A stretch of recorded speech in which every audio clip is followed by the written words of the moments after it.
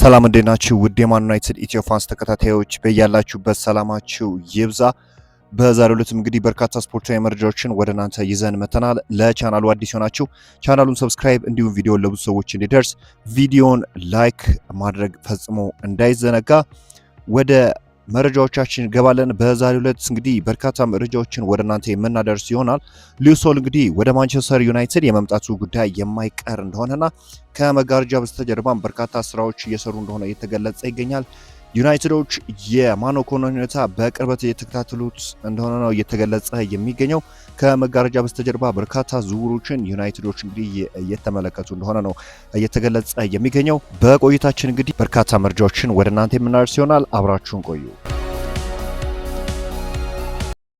የማንቸስተር ዩናይትዱ ዋና አሰልጣኝ ካሪክ የኒውካስትል ተከላካይ ሆል በዚህ ክረምት ለማስፈረም ቁርጠኛ አቋም እንዳለው ተገልጿል። ዩናይትድ ተጫዋቹን ለዝውውር ዝግጁ ነው ብሎ እንደሚያምን ተነግሯል። ሆል በካሪክ ስር የመጫወትና ራሱን በኦልድ ትራፎርድ የማሳየት እድሉ እጅግ ማራኪ አጋጣሚ አድርጎ እንደሚመለከተውም ተነግሯል። ይሁን እንጂ በክረምቱ ጎርደንና ቶናሊ ያሉ ተጫዋቾች የለቀቁት ማክቪዎቹ ሆልን በቀላሉ ይለቃሉ ተብሎ አይጠብቅም። ነገር ግን በአሰልጣኙና በተጫዋቹ መካከል ጥሩ የሚባል ሪሌሽን የለም። ከዛ አንጻር እንግዲህ ተጫዋቹ ወደ ማንቸስተር ዩናይትድ የመምጣት እድሉ ከፍተኛ ነው ተብሏል። በ2025/26 የውድድር ዘመን እንግዲህ አንድ ጎልና አንድ ለጎል የሚሆን ኳስ ለቡድን አጋሩ አመቻችቶ ማቀበል ችሏል። በ2024/25 ደግሞ 4 ለቡድን አጋሩ ጎል የሚሆን ኳስ አመቻችቶ ማቀበል ችሏል። በ2023/24 ደግሞ አንድ ጎል አለው። ያው ፉልባክ እንደመሆኑ አንጻር እንግዲህ የጎል ተሳትፎ ከፍ ሊል የሚችልበት እድል ዝቅተኛ ነው። ነገር ግን ተጫዋቹ እንደምታውቁት እንግዲህ በፕሪሚየር ሊግ በሚገባ ራሱን ማስመልከት እየቻለ ሲሆን ፕሬስን ሪዚስት ማድረግ የሚችል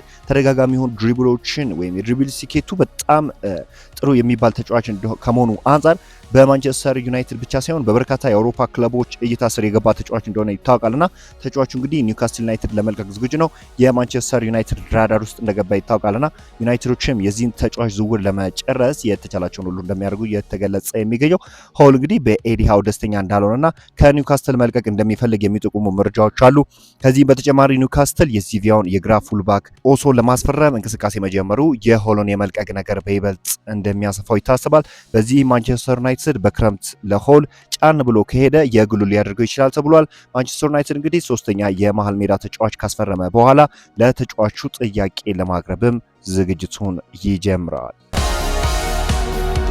ፋብሪዚዮ ሮማኖ ስለ ማኖ ኮኔ መረጃ አውጥቷል። እንግዲህ ማንቸስተር ዩናይትድ ማኖ ኮኔ ለማስፈረም ከተጫዋቹ ወኪል ጋር የሚያደርገውን ንግግር በቀጣይነት እያደረገ ይገኛል ተብሏል። ነገር ግን በሁለቱ ወገኖች መካከል እየተደረገ ያለው ይህ ንግግር እስካሁን ድረስ ምንም አይነት የላቀ ደረጃ ላይ ያልደረሰ ሲሆን ድርድሩም ገና በመጀመሪያ ምዕራፍ ላይ ይገኛል ሲል ነው እንግዲህ ፋብሪዚዮ ሮማኖ እያሳወቀው። ከማኖ ኮኔ ጋር ዩናይትዶች ስማቸው እንደተያዘ ግን አልሸሸገምና ዩናይትዶች በተጫዋቹ ላይ ፍላጎት አላቸው። ዩናይትድ ብቻ ሳይሆን በርካታ ክለቦችም በተጫዋቹ ላይ ፍላጎት እንዳላቸው የሚታወቅ ጉዳይ ነው። በተለይም በፈረንሳይ ብሔራዊ ቡድን በጣም ድንቅ የሚባል ብቃት አሳይቷል። ከዛም በፊት ግን ተጫዋቹ ጥሩ የሚባል ጊዜን ማሳለፍ እንደቻለ ይታወቃል። በዚህም ነው እንግዲህ የጣሊያኑ ክለብ ሮማ የግሉ እያደረገው። እንግዲህ በመጀመሪያ ይሄ ተጫዋች እንግዲህ ለቶሎስ ኤፍሲ አካዳሚ ውስጥ ነበር የሚጫወተው። ከዛም እንግዲህ ቦሩሲያ ሞንቼንግላድባዎች በ2021 የግላቸው ማድረግ ችለው ነበረ።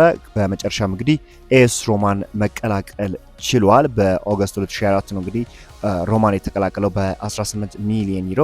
ከዛም ጊዜ ጀምሮ እንግዲህ ጥሩ የሚባል ጊዜን ማሳለፍ ችሏል። ያው እንግዲህ ወደ ፕሪሚየር ሊግ ቢመጣ ያለው ቁመት ያለው ፊዚካል ጥሩ የሚባል ነው። ወደ ሜትር ከ85 አካባቢ ነው ቁመቱ። ከዛ አንፃር እንግዲህ ጥሩ የሚባል የዲፌንሲቭ ሚድፊልደር በዚሁም ደግሞ ሴንትራል ሚድፊልድ መሆን ይችላል። በሁለቱም ቦታ ላይ መጫወት ይችላል። በተለይ በዲፌንሲቭ ሚድፊልድ ቦታ ላይ የሚጫወቱ የትኛውም ተጫዋቾች እንግዲህ ሞር ፊዚካላቸው ጥሩ ቢሆን የተመረጠ ነውና የካርሎስ ካዝሜሮና እንዲሁም ካርሎስ ባሌባን ሁኔታ መመልከት እንችላለን። በሴሪው ሳይድ እንግዲህ 29 ጨዋታዎችን አድርጎ 7 ጎልና 3 ለጎል የሚሆኑ ኳሶችን አመቻችቶ ማቀበል መቻሉ ይታወቃልና አጠቃላይ የተጫወተው እንግዲህ 2450 ደቂቃዎችን መጫወት ችሏል እና በኢንተርናሽናል ወይም ፍራንስ በጣም ወሳኝ ወይም ቁልፍ ተጫዋች ሆኖ መቀጠል ችሎ ነበርና አጠቃላይ እንግዲህ ሬቲንጉ አቨሬጅ ሬቲንጉ 7 ነው። ይህ የሚያሳየው እንግዲህ በየጨዋታዎቹ ጥሩ የሚባል እንቅስቃሴ ማሳየት ችሏል። በሮማም እንዲሁ ሬቲንጎችን ለመመልከት ሞክሬ ነበርና አቨሬጅ ሬቲንጉ በጣም ጥሩ የሚባል ነው። ከዚህ አንጻር ማንቸስተር ዩናይትዶችም የዚህን ተጫዋች ሁኔታ በቅርበት እየተከታተሉት እንደሆነ ነገር ግን ንግግሩ የላቀ ደረጃ ላይ እንዳልደረሰ ሁነቶችም ከመጋረጃ በስተጀርባ እየተከወኑ እንደሆነ ነው እየተገለጸ የሚገኘው። ከዛ ባሻገር ሌላ መረጃዎችን ላጋራችሁ። ማንቸስተር ዩናይትዶች ከማኖ ኮኔ ባሻገር የካማቪንጋን ሁኔታ እየተከታተሉት እንደሆነ እየተገለጸ ይገኛል። ማንቸስተር ዩናይትድ ባለፉት ጥቂት ቀናት ውስጥ ኤድዋርዶ ካማቪንጋን ስም በክለቡ የውስጥ የዝውውር ውይይቶች ላይ አንስቷል ተብሏል። ይሁታት አማካኝ እንግዲህ በዚህ የዝውውር መስኮት የመሃል ሜዳውን ክፍል ይበልጥ ለማጠናከር ለሚፈልገው ማንቸስተር ዩናይትድ ትልቅና ሁነኛ አማራጭ ሊሆን እንደሚችል ነው እየተነገረ የሚገኘው። ነገር ግን ተጫዋቹ አሁን ባለው ሁኔታ ሪያል ማድሪድን መልቀቅ እንደማይፈልግና በሳንቲያጎ በርናቦ የመቆየት ፍላጎት እንዳለውም ተገልጿል። ይህ ዝውውር ሊሆን የሚችለው ተጫዋቹ ራሱ ከስፔን ክለብ መልቀቅ ከፈለገ ብቻ እንደሆነ ፋብሪዚዮ ሮማኖ አሳውቋልና አሁን እንግዲህ እንደሚታወቀው ይህ ተጫዋች በሪያል ማድሪድ ቤት በቂ የሆነ የመሰለፊያ ዕድል እየተሰጠው አይደለም። ውሳኔዎቹ ሊቀየር ይችላሉ። ነገር ግን አሁን ለማንቸስተር ዩናይትድ ካሉት አማራጮች ውስጥ የተሻለው ነው የሚለው ነገር ጥያቄ ሊያስነሳ ይችላል።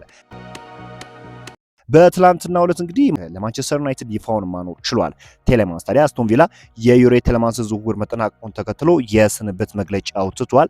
ቤልጂየማዊ አማካኝ አስቶን ቪላ ለቆ ዩናይትድን መቀላቀሉ ከተረጋገጠ በኋላ የቀድሞ ክለቡ ቪላ ለተጫዋቹ የስንብት መግለጫ በማህበራዊ ገጻቸው ላይ አውጥተዋል። አስቶን ቪላ ዩሬ ቴሌማንስን ወደ ማንቸስተር ዩናይትድ የሚያደርገውን የቋሚ ዝውውር መጠናቀቁን አረጋግጧል።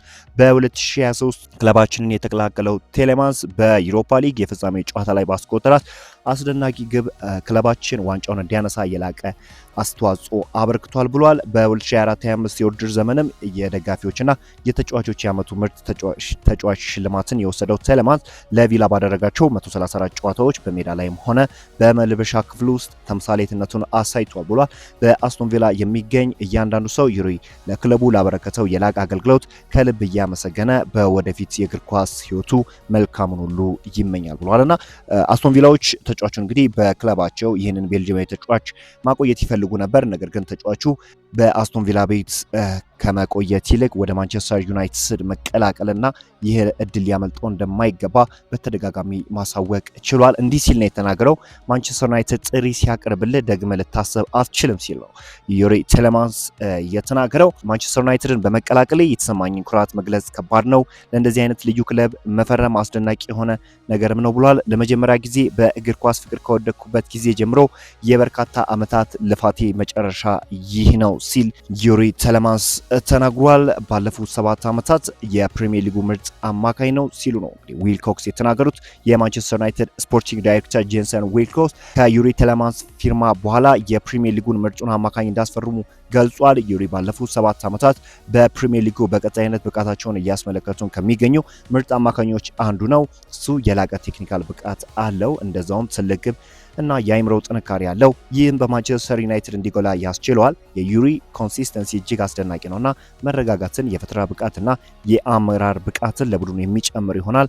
እኛ እንደሱ ያለ ተጽዕኖ ፈጣሪና ልምድ ያለው ተጫዋች በመቀላቀላችን በጣም ደስተኞች ነን። እንኳን ደህና መጣ ማለት እንፈልጋለን። እኛ ለትላልቅ ነገሮች የሚፋለም ቡድን መገንባታችንን የምንቀጥል ይሆናል ሲል እንግዲህ ክለቡን ወዶ ክለቡን ፈቅዶ ወደ ማንቸስተር ዩናይትድ የሚመጣ ተጫዋች ቅድሚያ እንደሚሰጡ ከዚህ በፊትም አሳውቋልና ዩናይትዶች እንግዲህ ወደ 85 ሚሊዮን ፓውንድ በተጠጋ ዋጋ ነው እንግዲህ አንድሬ ሳንቶስን እና ቤልጂየማዊውን ዩሪ ቴሌማንስን ማስፈረም የቻሉት።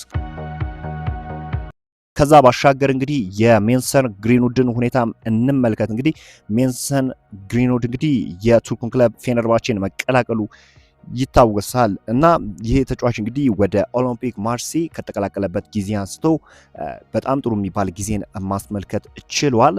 48 ጎሎችና 16 ለጎል የሚሆኑ ኳሶችን ለቡድን አጋሮቹ አመቻችቶ ማቀበል ችሏልና በርካታ የአውሮፓ ክለቦች እንግዲህ ተጫዋቹን ይፈልጉት ነበር። በመጨረሻም በ39 ሚሊዮን ዩሮ የቱርኩ ክለብ ፌነርባቼን ቀላቀል ችሏል። በቱርኩ ክለብ ፌነርባቼስ ምን አይነት አቅምን ያሳያል? ወጣት ነው። ከዚህም በላይ አቅሙን ያሳያል ተብሎ ነው የሚጠበቀው ወጣት እንደመሆኑ አንጻር ድንቅ ብቃቱን ያሳያል ተብሎ ይጠበቃል። በማንቸስተር ዩናይትድ ብዙ ነገሮችን ይሰራል ተብሎ ይጠበቅ ነበር። ነገር ግን ከዚህ ዝውውር ማንቸስተር ዩናይትድ እስከ 12.4 ሚሊዮን ዩሮ አካባቢ ማግኘት ችሏል። እንግዲህ በሴሎን ክሎዝ ላይ ያስቀመጡት ነበርና ከዛም አንጻር ነው እንግዲህ ማንቸስተር ዩናይትድ ይህን ያህል ገንዘብ ማግኘት የቻሉት።